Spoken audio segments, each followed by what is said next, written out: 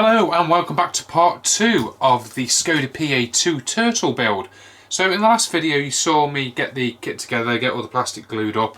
What I've done is, just off camera, once it's all dried, is I've gone around and filled any little gaps in there.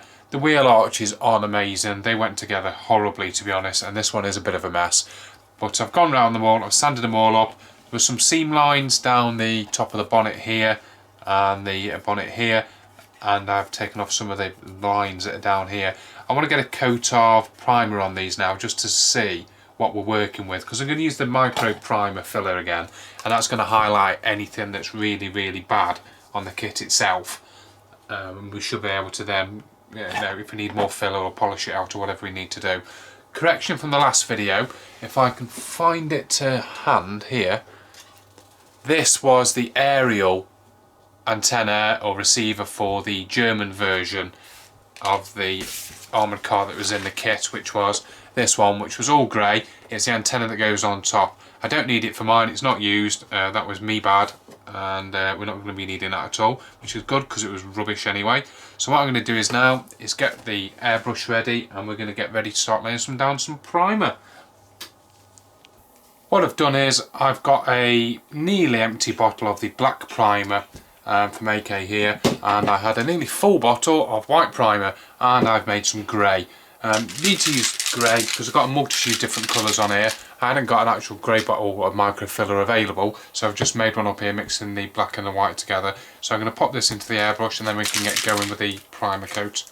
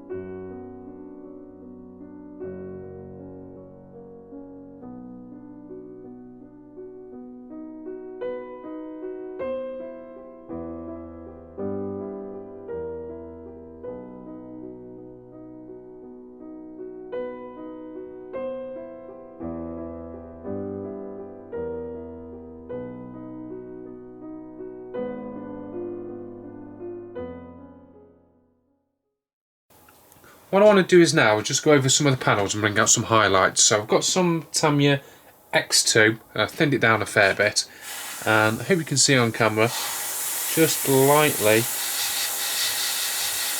going over and just doing some highlights on some of the panels. So I'm going to go panel by panel, just bringing out some of the highlights.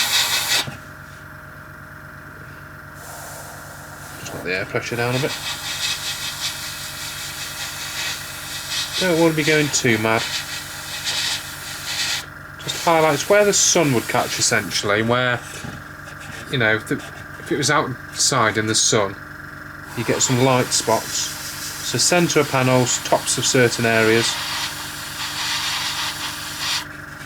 On the nose cone here.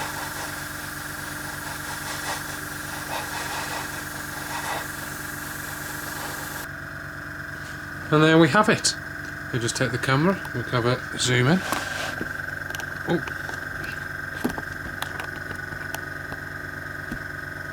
So essentially this is sort of the pre-shading.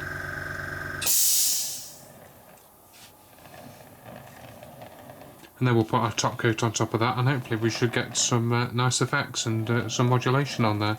It should look quite nice. So we'll be back shortly. So after all the hard work of getting this primed up, and we've got some of the highlights on here for the weathering, I've been looking at the camo on the box. I think you can see it here. And again, I mentioned this before, we've got this line that goes around a lot of the camo markings, and it's going to be pretty difficult to mask that off and go over around every single piece. Now there's different ways I could do it with like a Sharpie or something like that, but I'm not going to get one the same colour as this soil brown on here, so it's left me with a bit of a problem really of how we're going to get around it. Now what I've thought is, as the predominant colour here is the soil brown, I'm going to go over the whole vehicle with soil brown and then hopefully mask off all of the other areas, leaving tape over these lines here. So I've got some really thin, I think it's 2mm Tamiya tape, which I should be able to get round some of these areas of the camouflage. If not, I can always cut down the middle of this and actually halve it and make it only 1mm, which may be a bit better. So essentially what I'm going to do now is I'm going to go over the whole vehicle with this soil brown, which is the MIG colour 076 acrylic brown soil, and then I'm going to go from there. I'm going to leave it to dry before putting any of this on as well, so I don't want it to be pulled off, the tape being pulled off, because I put it on too early essentially. So I'm going to give this a go and we'll see what it looks like.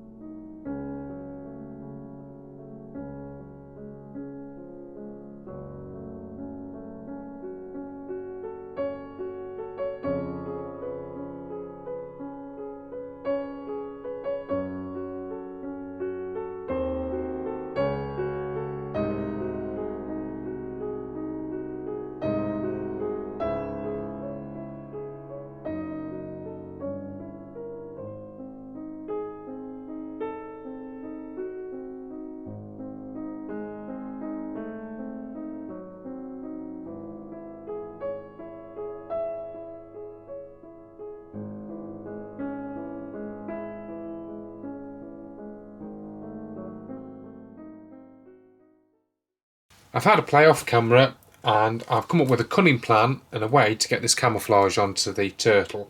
So the booklet that come with it, the painting diagrams here are 50% scale. So I've blown these up to 200% and it comes out roughly, top down view of something that size. If I lay said tank on top, armoured vehicle on top, it is basically near as damn it exactly to scale. So what I've done is I've gone round and I've cut out our first colour. So the first colour I'm putting down is the brown soil, which obviously I've done the whole of the armoured car in already, and I want to cover that up so we don't overspray it with any other colours. So everywhere on here where I've got dark soil, I've gone and cut out a mask through here onto some Tamiya double-sided, single-sided sticky back paper, and I've stuck it onto the armoured car. Now there are a few pieces in here that aren't right. It's not perfect by any means. It doesn't line up. There's some bits that are on the side view here, not on the top view, but I've done my best with it, and eventually all of the areas that need to be brown now look like this. So the next job for me is to pick the next colour, and I'm going to go for the dark colour, so it's probably going to be the green. I'm going to go over the whole of the vehicle with the green, which is dark green here, and then we're going to let it dry and then follow the same process of taking every area on here which is marked as dark green and laying over another set of stencils over the top, and then again once that's done and complete we'll go over another colour, and we'll do that until we've got all the way to the end, and hopefully our camouflage colour should be good. So my next process is to lay down some of this dark green, so I'll be back with you in a second.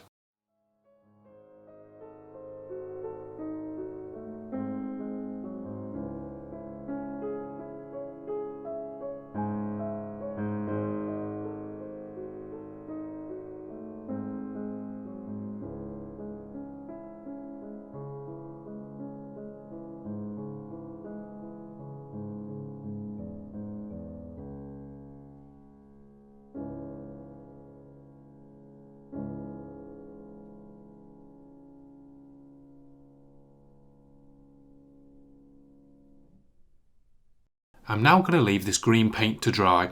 Once it's all dried, we can get another stencil on and another colour.